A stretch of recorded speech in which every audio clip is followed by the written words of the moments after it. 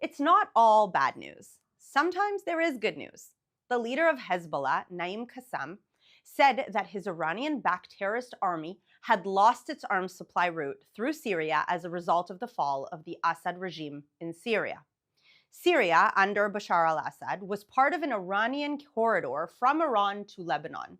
Iran could send weapons overland across Iraq, then to Syria, and then into Lebanon. Without access to Syria, Iran is blocked from reaching Lebanon. One of the reasons that the Assad regime fell is because Israel decimated Hezbollah. A decade ago, Hezbollah fought in the Syrian civil war on the side of Assad. With Hezbollah weakened, it was in no position to help Assad survive. The Iranian axis of terror is now weak. Now is the time for maximum pressure on the Iranian regime and its proxy armies. Maximum pressure on the Iranian regime until it dismantles its military nuclear program.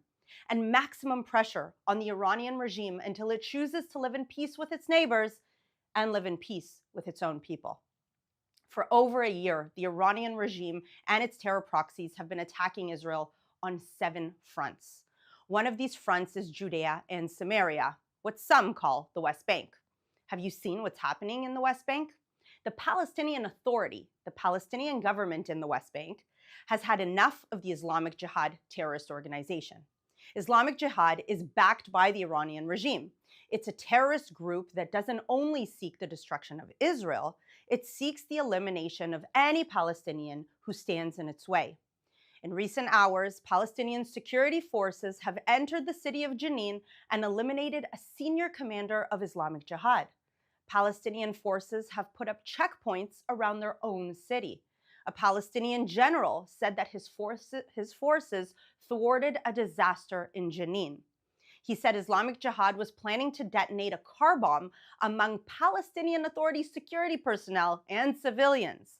The Iranian regime and the terrorist groups that it sponsors threaten anyone and everyone in the Middle East seeking a calm, stable, and better life. Let's hope that Israelis and Palestinians can continue to find common ground against shared threats and extremism. Finally, there is a new report by the Henry Jackson Society in the UK that is a must-read. It's already making waves. It was written by Andrew Fox, a former British paratrooper and an expert on urban warfare. The bottom line of the report is that Hamas's casualty numbers in Gaza are completely unreliable and inflated.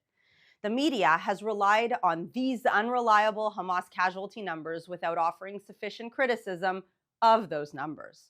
For example, Hamas lists Palestinians who Hamas killed directly or by rockets that fell short as people who were killed by Israel. Hamas also counts natural deaths as deaths caused by Israeli strikes.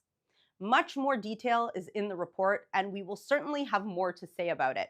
You can find it on our social media platforms, and make sure to also follow Andrew Fox. Now let's take some questions from our audience watching live on social media. Thank you, Ashley. This question is from Instagram. How long do you expect Israeli forces will remain in the buffer zone in Syria? Okay, great question. So it's important to understand that that buffer zone was established in 1974 following the Yom Kippur War. And that buffer zone was agreed upon by both sides, that there would be basically a ceasefire. There would be no fighting between the two sides. And it was agreed upon that that buffer zone would not have any military from either side in there.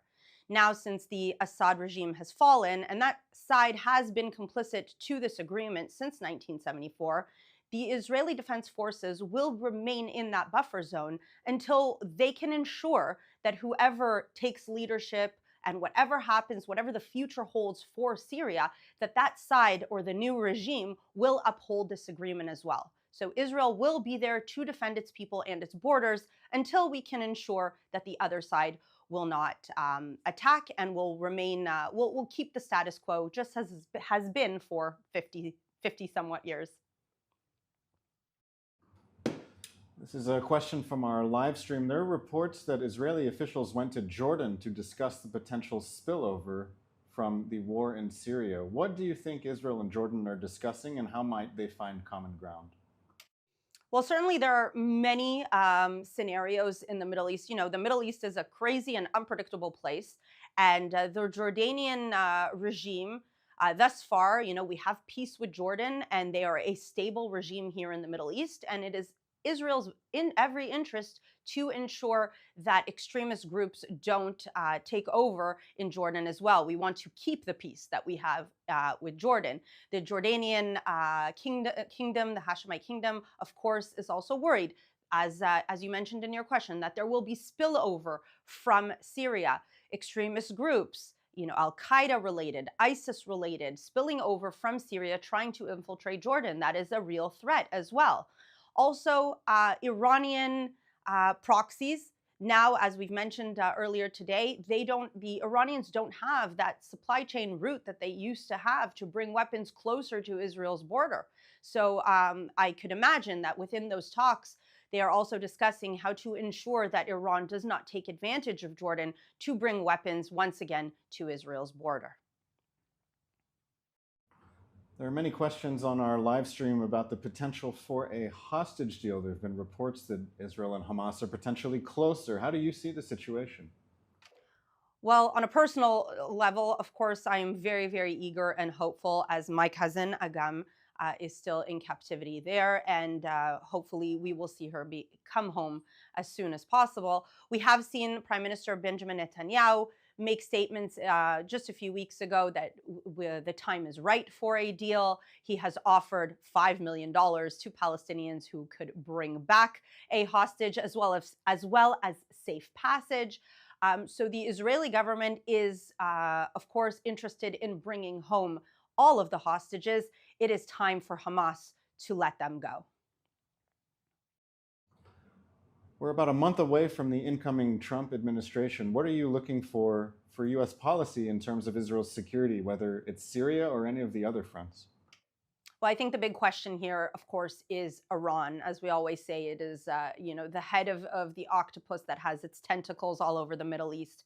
And I hope to see this, again, personal opinion here. I hope to see that President Trump will either drain Iran's bank accounts once again and reverse the flow of cash that the previous administration did allow into Iran, which essentially allowed Iran to fund Hezbollah and Hamas. And, you know, it's what we've seen with October 7th. If Iran didn't have those funds, I don't think we would have seen such attacks, so many rockets, you know, 10,000 rockets on Israel coming from the north. That is all Iran funded. So that would be my first hope, to see Iran's bank accounts run dry.